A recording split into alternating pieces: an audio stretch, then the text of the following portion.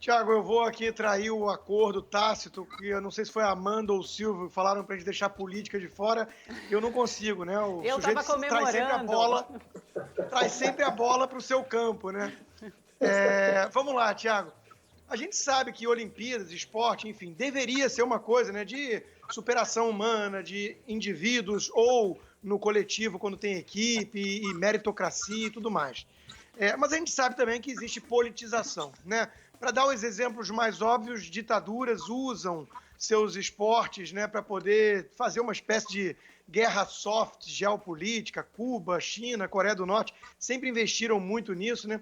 E mesmo em democracias é natural que presidentes ou presidentas queiram explorar aí, se tiver algum tipo de vitória e tudo, para fins eleitorais. Como é que você enxerga isso? Isso é uma coisa que incomoda? Isso é uma coisa que os atletas, via de regra, deixam de lado, deixam separado? Como é que isso influi no dia a dia de vocês?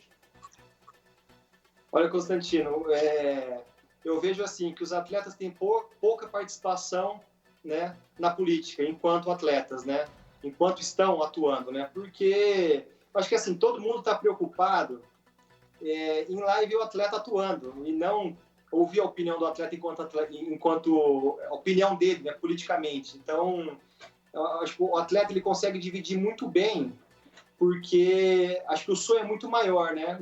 E como vem essa questão da dedicação de uma vida, sonho de criança, eu acho que a gente prefere separar a questão da política, né? E você canalizar toda a sua energia naquilo que você precisa fazer, né? Então, quanto menos energia você gasta naquilo que não vai solucionar, não vai resolver, é melhor. Então, se você vê grandes atletas, né? Por exemplo, eu sempre dou o exemplo do Ayrton Senna. O Ayrton Senna entrou em poucas divididas políticas, né? Porque ele tinha muito foco naquilo que ele estava fazendo. A opinião dele era não ter opinião sobre política. Então, aí tem atletas que têm outras atitudes, né? Outros comportamentos. Mas eu sempre prefiro focar eu entendo perfeitamente seu ponto e concordo, mas a minha pergunta também tinha um outro enfoque, além desse que você respondeu, que é o receio do uso político por outros. Eu dou um exemplo, né? Tudo está muito polarizado hoje, tudo está muito politizado, até pandemia, até remédio, né? Isso assusta os atletas, quer dizer, de repente vai ter gente, por exemplo, torcendo contra o Brasil nas Olimpíadas porque acham que isso pode dar dividendos para o Bolsonaro. Era mais ou menos nessa linha também que eu queria explorar o assunto. Sim. Olha, Constantino, acho que a grande dificuldade da humanidade hoje é nós lidarmos com as diferenças, né? Eu não concordo 100% com meu pai, mas eu respeito meus pais. Eu não concordo 100% com a minha esposa, mas eu sou casado com ela, né? E a moeda sempre tem os dois lados, né? Todo mundo tem direito de ter uma opinião e de ter um lado. E todo mundo tem que se respeitar. Acho que isso, o mais importante é o respeito mútuo.